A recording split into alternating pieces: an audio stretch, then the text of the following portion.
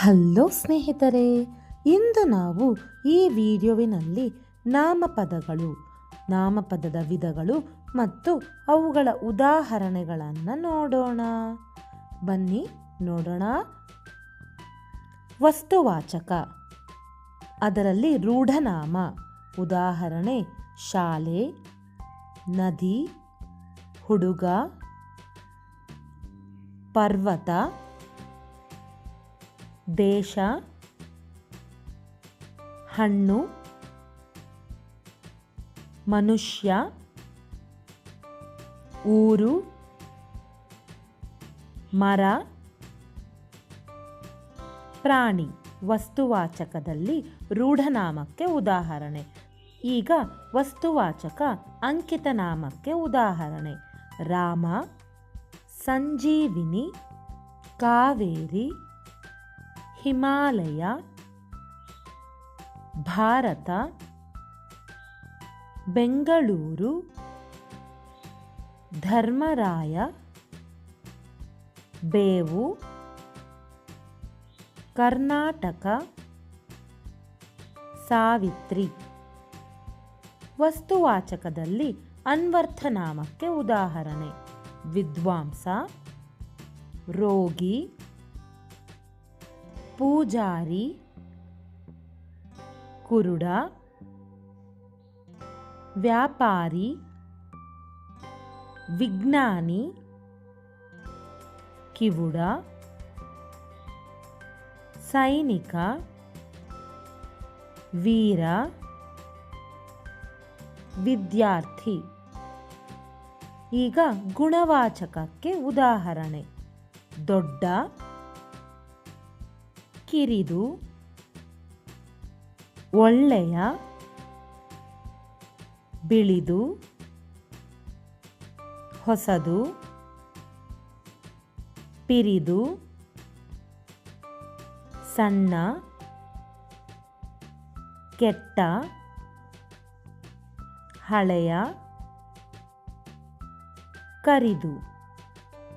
ಈಗ ಸಂಖ್ಯಾವಾಚಕಕ್ಕೆ ಉದಾಹರಣೆಗಳು: 1,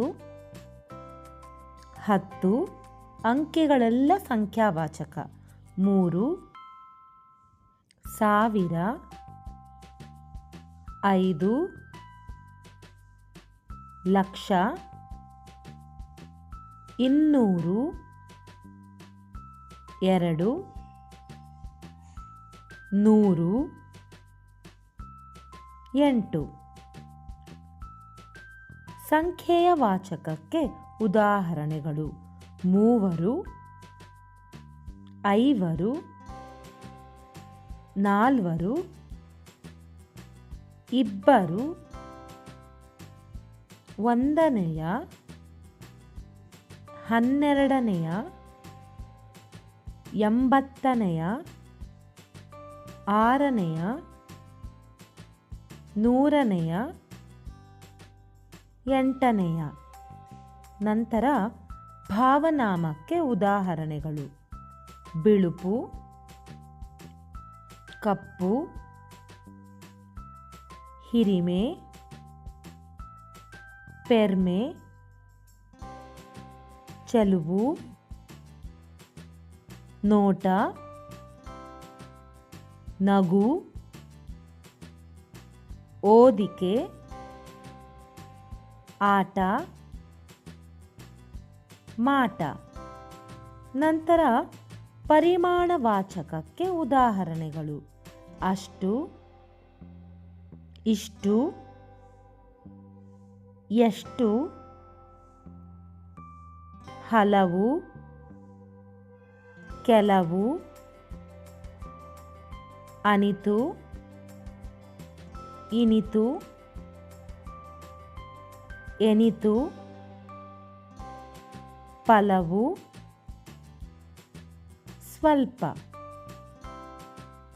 ಪ್ರಕಾರವಾಚಕಕ್ಕೆ ಉದಾಹರಣೆಗಳು: ಅಂಥ, ಅಂತಹ, ಇಂಥ, ಇಂಥದು, ಎಂಥ, ಎಂತಹ,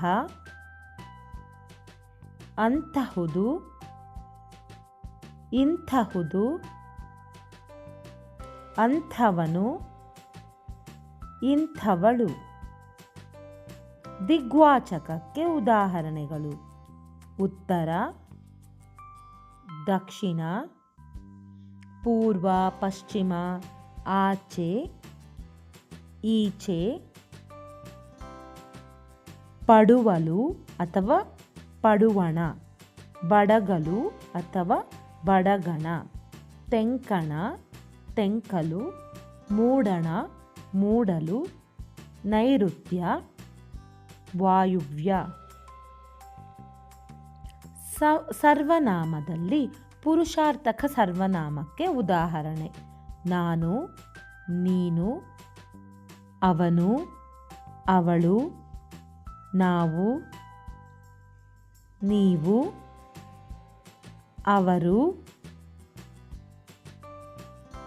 ಅದು, ಅವು, ಇದು, ಇವು, ಇವನು, ಇವಳು, ಇವರು. ಇವೆಲ್ಲ ಪುರುಷಾರ್ಥಕ ಸರ್ವನಾಮಕ್ಕೆ ಉದಾಹರಣೆ. ಸರ್ವನಾಮದಲ್ಲಿ ಪ್ರಶ್ನಾರ್ಥಕ ಸರ್ವನಾಮಕ್ಕೆ ಉದಾಹರಣೆಗಳು: ಯಾರು, ಯಾವುದು, ಏನು, ಯಾವುದರಿಂದ, ಯಾರಿಗೆ. ಎಲ್ಲ ಪ್ರಶ್ನೆಗಳು ಪ್ರಶ್ನಾರ್ಥಕ ಸರ್ವನಾಮಕ್ಕೆ ಉದಾಹರಣೆ.